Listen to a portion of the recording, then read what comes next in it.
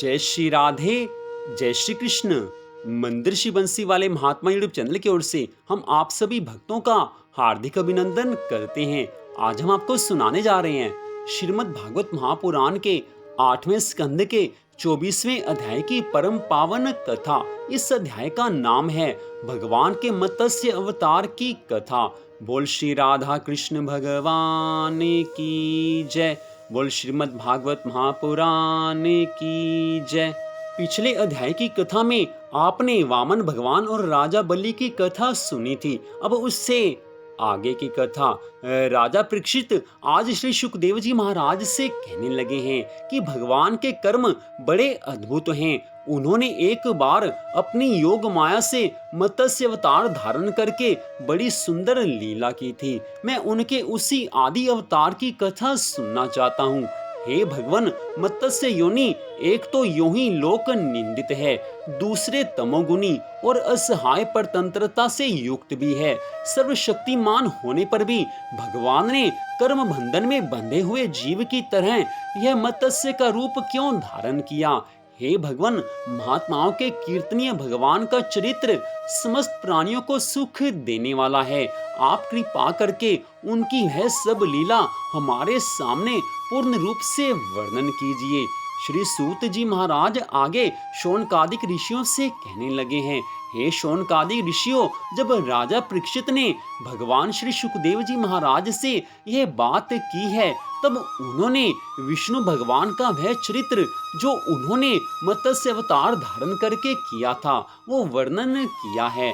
श्री सुखदेव जी महाराज कहने लगे हैं, हे परीक्षित, यों तो भगवान सबके एकमात्र प्रभु हैं, फिर भी वे गौ, ब्राह्मण, देवता, साधु, वेद, धर्म और अर्थ की रक्षा के लिए शरीर धारण किया करते हैं। वे सर्वशक्तिमान प्रभु वायु की तरह नीचे ऊंचे छोटे बड़े सभी प्राणियों में अंतर्यामी रूप से लीला करते रहते हैं, परंतु उन प्राणियों के बुद्धिगत गुणों से वे छोटे बड़े या ऊंचे नीचे नहीं हो जाते, क्योंकि वे वास्तव में समस्त प्राकृत गुणों से रहित निर्गुण हैं। हे परीक्षित, पिछले कल्प के अंत में ब्रह्मा जी के सो जाने के कारण ब्राह्या नामक नैमित्तिक प्रलय हुआ था। उस समय भूरलोक आदि सारे लोक समुद्र में डूब गए थे।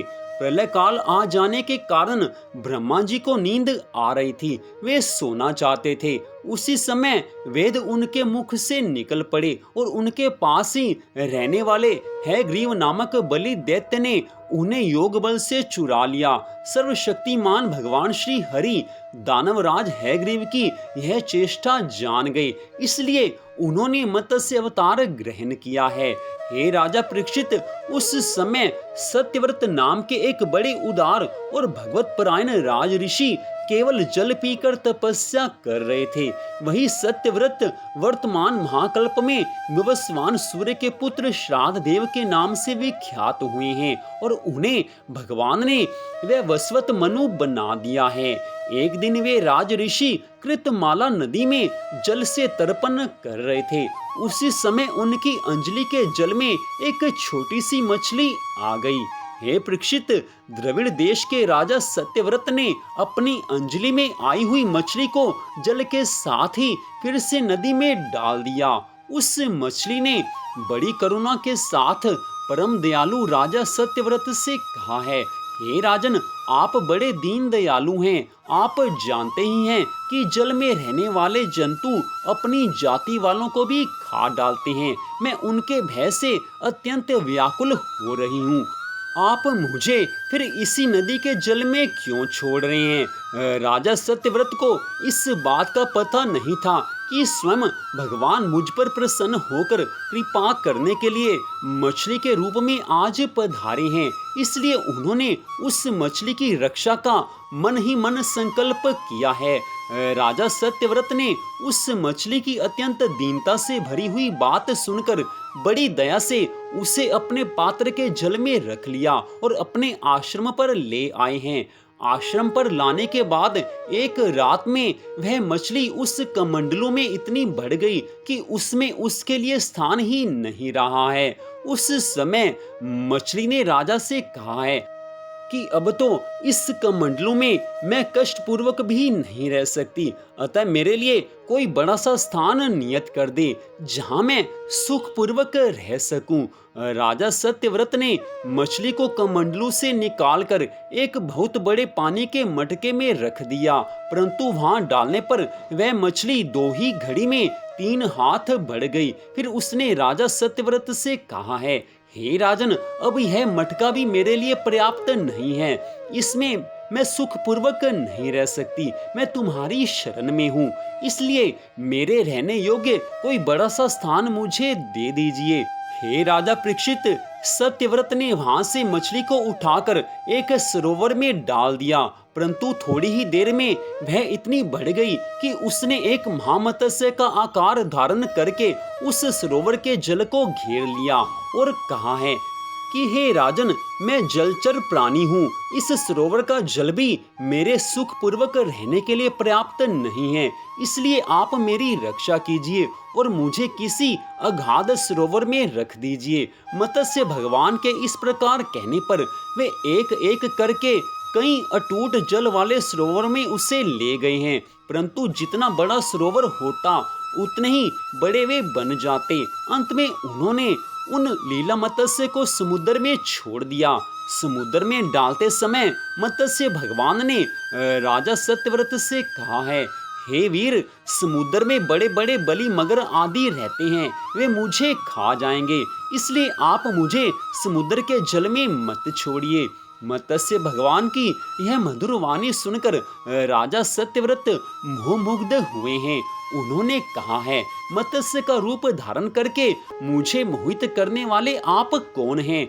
आपने एक ही दिन में 400 कोस के विस्तार का सरोवर घेर लिया। आज तक ऐसी शक्ति रखने वाला जलचर जीव न तो मैंने कभी देखा था और न सुना ही था। अवश्य ही आप साक्षात सर्वशक्तिमान सर्वांतर्यामी अविनाशी श्री हरि भगवान हैं। जीवों पर अनुग्रह करने के लिए ही आपने जलचर का रूप धारण किया है। हे पुरुषोत्तम, आप जगत की उत्पत्ति, स्थिति और प्रलय के स्वामी हैं। मैं आपको नमस्कार करता हूँ।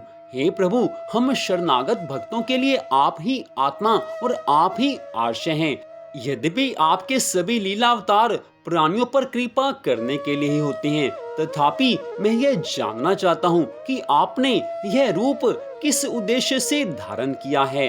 हे प्रभु, इस समय जो आपने रूप धारण करके हमें दर्शन दिया है, यह बड़ा ही अद्भुत है। इसके पश्चात की कथा का वर्णन करते हुए श्री सुखदेव जी महाराज कहने लगे हैं, हे राजा परीक्षित, भगवान अपने अनन्य प्रेमी भक्तों पर अत्यंत प्रेम करते हैं। जब जगतपति मत्स्य भगवान ने अपने प्यारे भक्त राजऋषि सत्यव्रत की यह प्रार्थना सुनी तो उनका प्रिय और हित करने के लिए साथ ही कल्पान के प्रलयकालीन समुद्र में विहार करने के लिए उनसे कहा है। श्री भगवान कहने लगे हैं, हे सत्यव्रत, आज से 7वें दिन भूलोक आदि तीनों लोक प्रलय के समुद्र में डूब जाएंगे। उस समय जब तीनों लोक प्रलय काल की जल राशि में डूबने लगेंगे, तब मेरी प्रेरणा से तुम्हारे पास एक बहुत बड़ी नौका आएगी। उस समय तुम समस्त प्राणियों के सूक्ष्म शरीरों को लेकर सप्तऋषियों के साथ उस नौका पर चढ़ जाना और समस्त धान्य तथा छोटे बड़े अन्य प्रकार के बीजों को साथ रख लेना। उस समय सब और एकमात्र महासागर लहराता होगा, प्रकाश नहीं होगा। केवल ऋषियों की दिव्य ज्योति के सहारे ही बिना किसी प्रकार की विकलता के तुम उस बड़ी नाव पर चढ़कर चारों ओर विचरण करना। जब प्रचंड आंधी चलने के कारण नाव डगमगाने लगेगी, उस समय मैं इसी रूप में वहां पर आ जाऊंगा और तुम लोग वासुकी नाग के द्वारा उस नाव को मेरे सींग में बांध देना। हे सत्यव्रत, इसके बाद जब तक ब्रह्मा जी की रात रहेगी तब तक मैं ऋषियों के साथ तुम्हें उस नाव में बैठाकर उसे खींचता हुआ समुद्र में विचरण करूंगा। उस समय जब तुम प्रश्न करोगे तब मैं तुम्हें उपदेश दूंगा। मेरे अनुग्रह से मेरी वास्तविक महिमा, जिसका नाम पर ब्रह्म है, तुम्हारे हृदय में प्रकट हो जाएगी और तुम उसे ठीक ठीक जान लोगे। भगवान राजा सत्यव्रत को यह आदेश देकर अंतर ध्यान हुए हैं। अतः अब राजा सत्यव्रत उसी समय की प्रतीक्षा करने लगे हैं जिसके लिए भगवान ने आज्ञा दी थी। कुशों का अग्रभाग पूर्व की ओर करके राज ऋषि सत्यव्रत उन पर पूर्वोत्तर मुख से बैठ गए हैं और मत्स्य रूप भगवान के चरणों का आज चिंतन करने लगे हैं। इतने में ही भगवान का बताया हुआ वह समय आ पहुंचा। राजा ने देखा कि समुद्र अपनी मर्यादा छोड़कर बढ़ रहा है। प्रलय काल के भयंकर मेघ वर्षा करने लगे हैं। देखते ही देखते सारी पृथ्वी डूबने लगी। तब राजा ने भगवान की आज्ञा का स्मरण किया और देखा कि नाव भी आ गई है। तब वे धान्य तथा अन्य बीजों को लेकर सप्तऋषियों के साथ उस पर सवार हुए हैं। सप्तऋषियों ने बड़े प्रेम से राजा सत्यव्रत से कहा है, हे राजन, तुम भगवान का ध्यान करो, वे ही हमें इस संकट से बचाएंगे और हमारा कल्याण करेंगे। उनकी आज्ञा से राजा ने भगवान का ध्यान किया। उसी समय उस महान समुद्र में मत्स्य के रूप में भगवान प्रकट हुए हैं। बोल मत्स्य भगवान की जय, बोल मत्स्य भगवान की जय, बोल मत्स्य भगवान की जय। मत्स्य भगवान का शरीर सोने के समान दीप्यमान था और शरीर का विस्तार था 4 लाख कोस। उनके शरीर में एक बड़ा भारी सींग भी था। भगवान ने पहले जैसी आज्ञा दी थी उसके अनुसार वह नौका वासुकी नाग के द्वारा भगवान के सींग में बांध दी गई और राजा सत्यव्रत ने प्रसन्न होकर भगवान की स्तुति की है। राजा सत्यव्रत कहने लगे हैं, हे प्रभु, संसार के जीवों का आत्मज्ञान अनादि अविद्या से ढक गया है। इसी कारण वे संसार के अनेक क्लेशों के भार से पीड़ित हो रहे हैं। जब अनायास ही आपके अनुग्रह से वे आपकी शरण में पहुंच जाते हैं तब आपको प्राप्त कर लेते हैं। इसलिए हमें बंधन से छुड़ाकर वास्तविक मुक्ति देने वाले परम गुरु आप ही हैं। यह जीव अज्ञानी है, अपने ही कर्मों से बंधा हुआ है। वह सुख की इच्छा से दुखप्रद कर्मों का अनुष्ठान करता है। जिनकी सेवा से उसका यह अज्ञान नष्ट हो जाता है, वे ही मेरे परम गुरु आप मेरे हृदय की गांठ काट दें।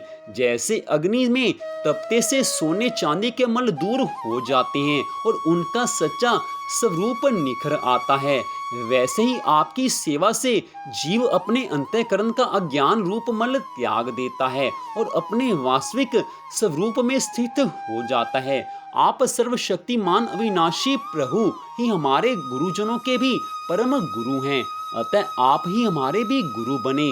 जितने भी देवता, गुरु और संसार के दूसरे जीव हैं, वे सब यदि स्वतंत्र रूप से एक साथ मिलकर भी कृपा करें तो आपकी कृपा के 10,000वें अंश की बराबरी भी नहीं कर सकते।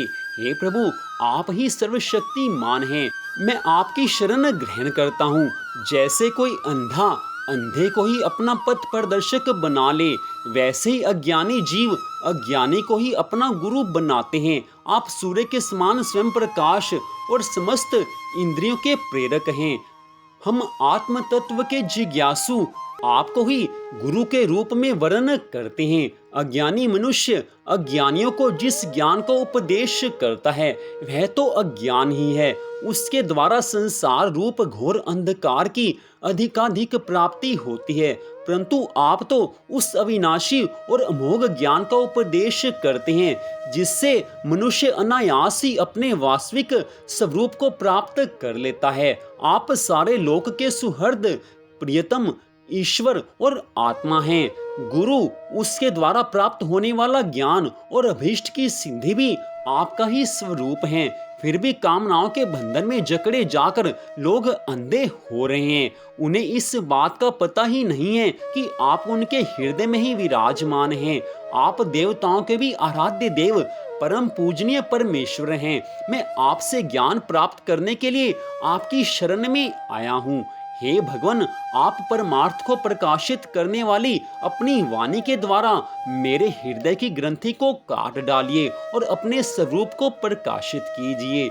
इस प्रकार राजऋषि सत्यव्रत ने भगवान की सुंदर स्तुति की है। इसके पश्चात की कथा का वर्णन करते हुए श्री सुखदेव जी महाराज कहने लगे हैं, हे राजा परीक्षित, जब राजा सत्यव्रत ने इस प्रकार प्रार्थना की, तब मत्स्य रूपधारी पुरुषोत्तम भगवान ने प्रलय के समुद्र में विहार करते हुए उन्हें आत्म तत्व का उपदेश किया है। भगवान ने राजऋषि सत्यव्रत को अपने स्वरूप के संपूर्ण रहस्य का वर्णन करते हुए ज्ञान, भक्ति और कर्म योग से परिपूर्ण दिव्य पुराण का उपदेश किया, जिसको मत्स्य पुराण कहते हैं। सत्यव्रत ने ऋषियों के साथ नाव में बैठे हुए ही संदेह रहित होकर भगवान के द्वारा उपदिष्ट सनातन ब्रह्म स्वरूप आत्म तत्व का श्रवण किया है। इसके बाद जब पिछले प्रलय का अंत हो गया और ब्रह्मा जी की नींद टूटी, तब भगवान ने हैग्रीव असुर को मारकर उससे वेद छीन लिए और ब्रह्मा जी को दिए हैं।